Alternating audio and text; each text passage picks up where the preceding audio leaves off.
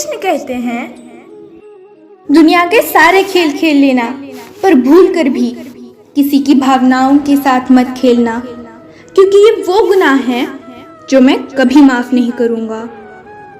दूसरों को समझना बुद्धिमानी है, खुद को समझना असली ज्ञान है। दूसरों को काबू करना बल है और खुद को काबू करना वास्तविक शक्ति है। कर्म वो फसल है जिसे इंसान को हर हाल में काटना ही पड़ता है, इसलिए हमेशा अच्छे बीज बोए ताकि फसल अच्छी हो। अहंकार तब उत्पन्न होता है जब हम भूल जाते हैं कि प्रशंसा हमारी नहीं, हमारे गुणों की हो रही है। परेशानी में कोई सलाह मांगे तो सलाह के साथ अपना साथ भी देना, क्योंकि सलाह गलत हो सकती है, साथ नहीं। प्रेम में कोई वियोग नहीं होता, प्रेम ही अंतिम योग है, अंतिम मिलन है। धरती पर जिस प्रकार मौसम में बदलाव आता है, उसी प्रकार जीवन में भी सुख दुख आता जाता रहता है। गलत तरीके से पाई गई सफलता पर व्यक्ति घमंड कर सकता है, गर्व नहीं। तू करता वही है जो तू चाहता है, किंतु होता वही है जो मैं चाहता हूं। तू वही कर जो मैं चाहता हूं, फिर होगा वही जो तू चाहता है। जो मिल रहा है तुम्हें वही तुम्हारे लिए बेहतर है, ये तुम नहीं जानते, पर देने वाला बखूबी जानता है।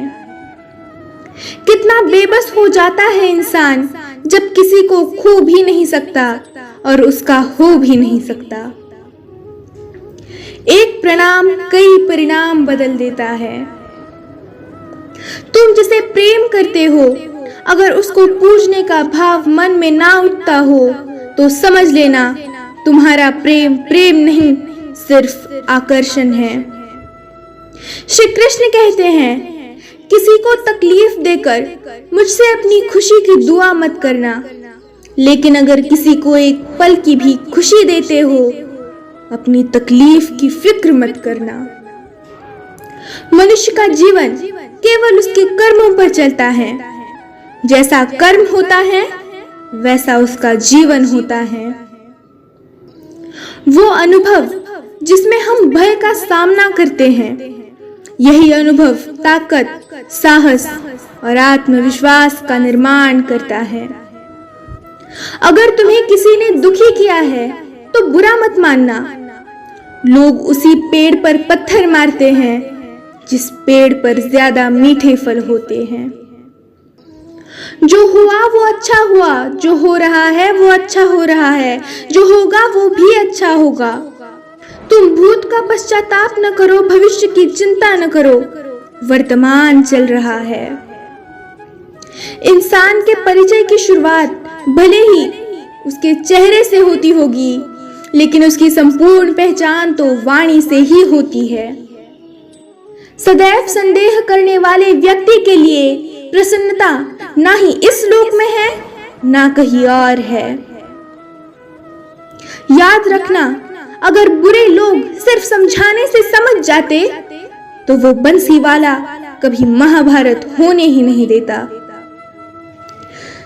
कान्हा तुम्हारे बगैर सब व्यर्थ है मेरा, मैं शब्द तुम्हारा और तुम अर्थ हो मेरा।